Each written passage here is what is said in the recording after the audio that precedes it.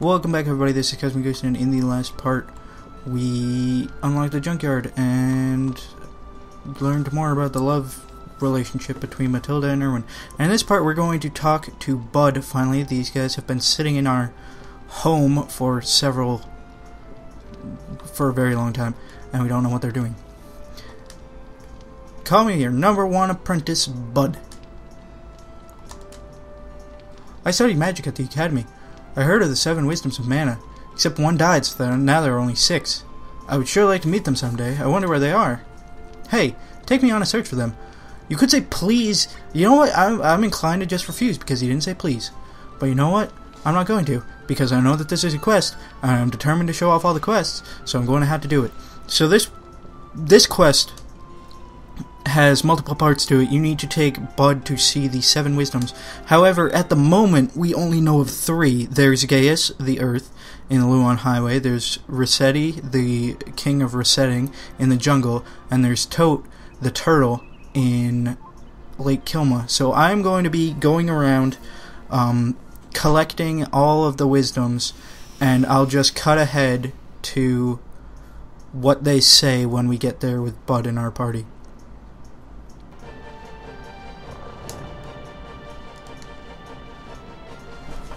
So here we are, Gaius, the Earth, telling his children to come closer, being a creepy old all-knowing being. Hello there, what can I do for you, I'm Bud. I came to listen to the wisdoms to become a great wizard. Hello, Bud. There's a great mage in Halcyon a long ago. His name is not mentioned in history, but he was much larger than me in many ways. Thanks, Gaius. Come again, my children.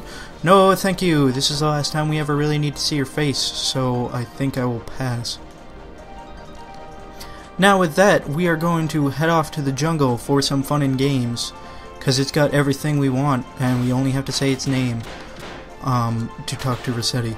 So I am going to cut ahead to that in what will be seconds for you and a couple minutes for me, so I will see you there. Alright, so here we are in the jungle with the King of Reset himself, Rossetti! I'm Bud, I came to listen to the wisdoms to become a great wizard. Hello, Bud! The air is filled with mana energy. Empty your heart of any thoughts and feel its flow. Thanks, Rossetti. This is my forest. You may take or use anything you need. What if I take you, because I need you to teach Bud how to be a good wizard? But anyway, that leaves one left on this particular leg of this race, which is Tote in the lake. So I will be meeting you guys there momentarily.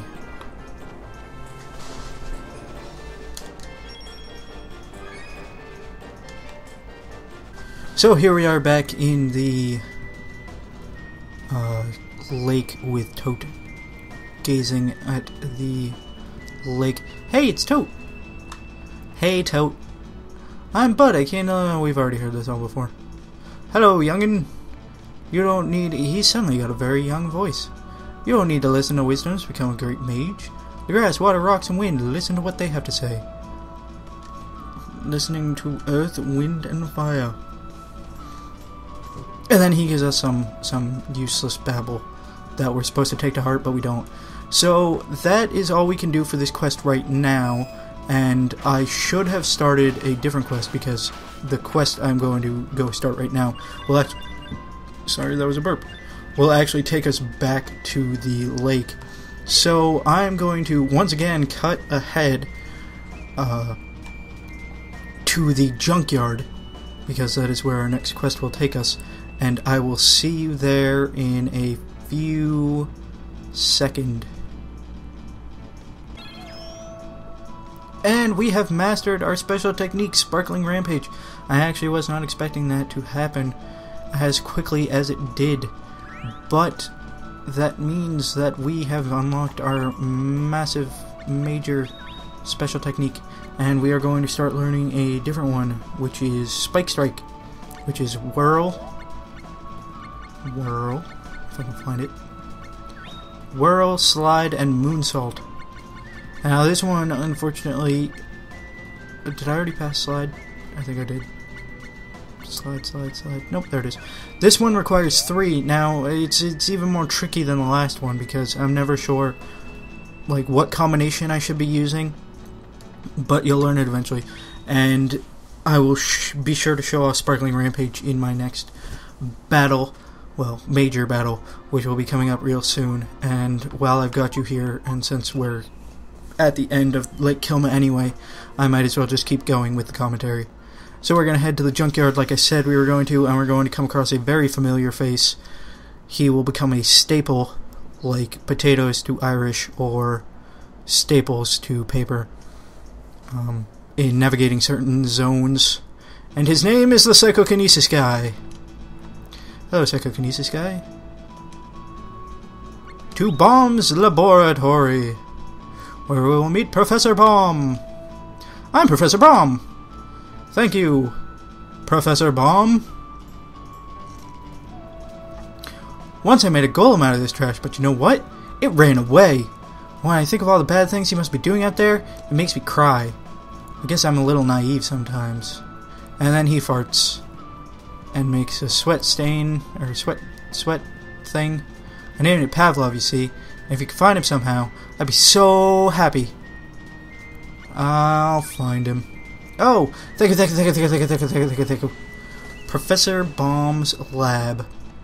So, even though it's not a lab, it is a golem, we need to go track it down. And it's funny that it's called Pavlov, because if it was a lab, we'd be making it drool all over the place. I really hope I'm getting my psychological experiments correct, but I'm probably not.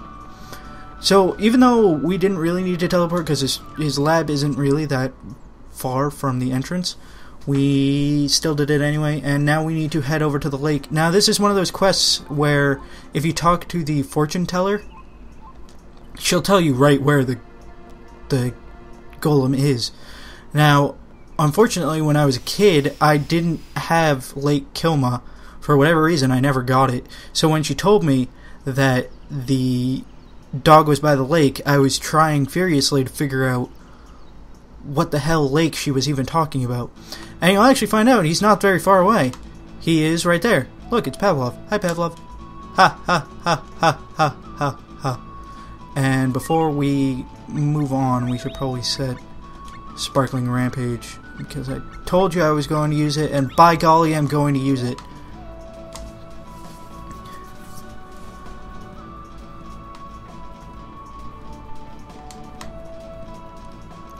I left Professor to start my own research, to get rid of foolish creatures with golem troops.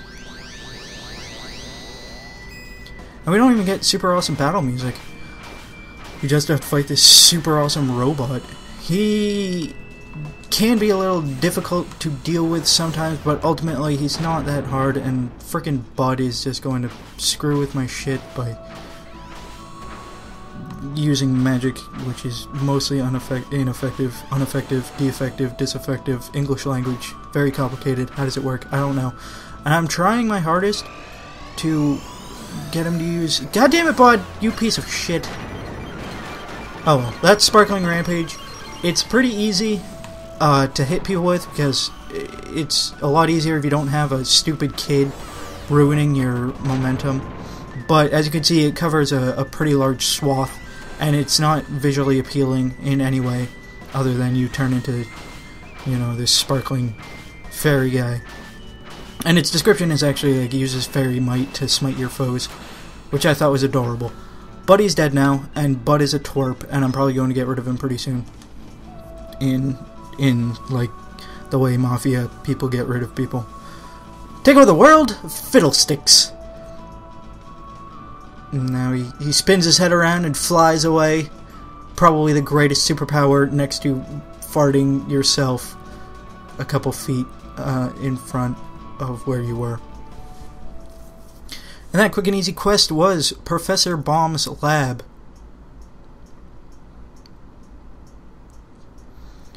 So we need to head back home and talk to our cactus friend and say, "What's up, friend, Mr. Cactus friend? You are our good friend. And you smell funny. He smells like flowers. I wonder if he knows 1,000 Needles. Probably not.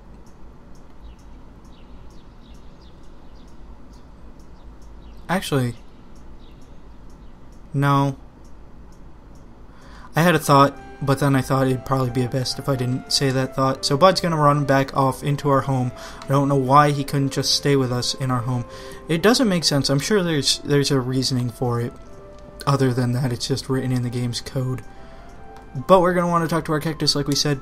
Oh no! Our cactus! What has happened to him? Try to stay calm. Try to stay calm. Our friend has gone missing. What do we do? We go downstairs. It's the only logical explanation. And we talk to Lisa because she's just standing there being all ridiculous. Huh? My broom?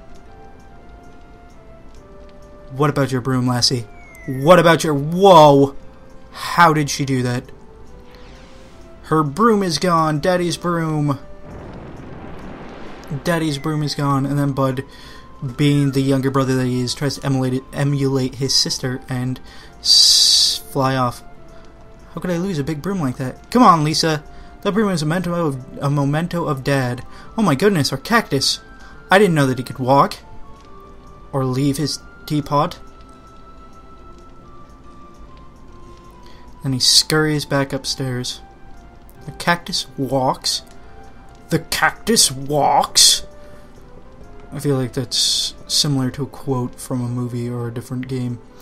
But actually, if you think about it, it raises a good point that we didn't know that our cactus could walk. Throw away old broom, junkyard. Fine, fine. So that throwaway old broom is him explaining where he took the broom, and fine is him talking about Professor Baum when we talked about him. But back to my original thought, we never knew that our cactus could walk because, as you can see, he only moves to write in his diary when we go downstairs. So now Bud will tell us that Lisa ran away. She heard about the cactus. We gotta follow her. Come on. We're not going to do that right now. We're going to be an insensitive jerkwad and do a quest that is actually in our backyard right as we speak. In our workshop. Look at him. I built a golem laboratory right here. I'm sure golems you make here won't go on violent killing sprees. Let me give you a tour. Right this way. Walk this way. Talk this way. Make golems this way. So this is another part of your workshop, as it was pretty obvious already. This is the golem laboratory. Professor Baum is going to be explaining how to make golems, and he's going to describe that he wrote it all down in a book, and a traveling merchant with pointy ears. He doesn't, or big ears, he doesn't mention that, but it's inferred because he tells him about how he made him buy a pen and paper for ridiculous prices, and he got swindled, and so he gives us a book, but we're going to ignore the book, and he's going to give us a test, and we're going to say, ready, fine, now for the test. Question, a really basic problem when you need to activate a golem, and you have to answer correctly, and you need a believe, a body, and a block. What do you need to build? Weapons and armor. So basically, he expects you to read the book and learn the answers to these questions, but you really just need to have common sense because it's all pretty self-explanatory. And if you think about it, the questions don't make sense. Like, what determines the size of the brain? Large build. What Professor Baum is asking, and it's number of battles might make sense, preschool education doesn't make sense, but number of armor pieces does make sense. Question, what determines the type of logic block? Component composition, not bad at all. Here's another life ball, and these life balls he's giving us are the life balls required to make golems. What is a combination of prime components used to make the golem? Logic block shape, I believe. And if you get a question wrong, I believe he'll tell you to read the book again. He'll make you read the book again, and then he'll ask you the question again after you close out of it.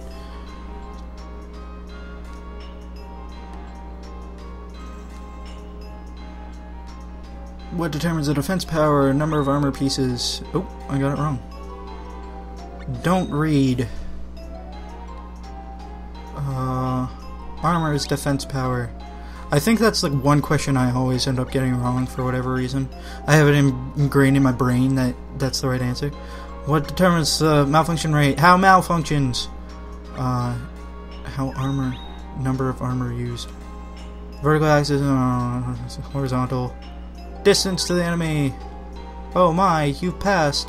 I present you with a logic block jar. So the logic blocks are made by putting armor and weapons inside.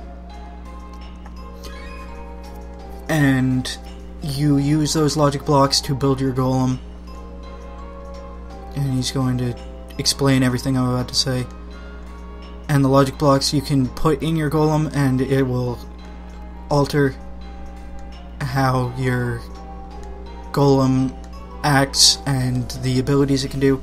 However, he also mentioned that it costs a lot of money, and as a result, I generally avoid making golems. Also, for the reason that golems are kind of useless because they still have the same stupid AI where they don't actually pick up any experience, and they're just not useful people to, or useful companions. But with that, I'm going to talk to my cactus again and call it an episode. I'm not entirely sure how long it actually has been, given the amount of stuff I have to cut down, but I desperately need to take a break. The way that I sit in my chair is not conducive for feeling good on my back. But in the next part, we're going to track down Bud and Lisa and learn the mysteries of Daddy's broom, as well as unlock a new land with one of my favorite people. No. One of my favorite sets of characters and one of my favorite songs, and it's probably one of my favorite lands in the game. But I'll save that for the next one. So, if you like this part, please hit like. If you really want to, I don't know, track down Bud and Lisa, I would recommend subscribing. And if you have any questions, comments, or concerns, leave them in the comment section below. I have been Cosmic Goostin, and I will see you in the next one.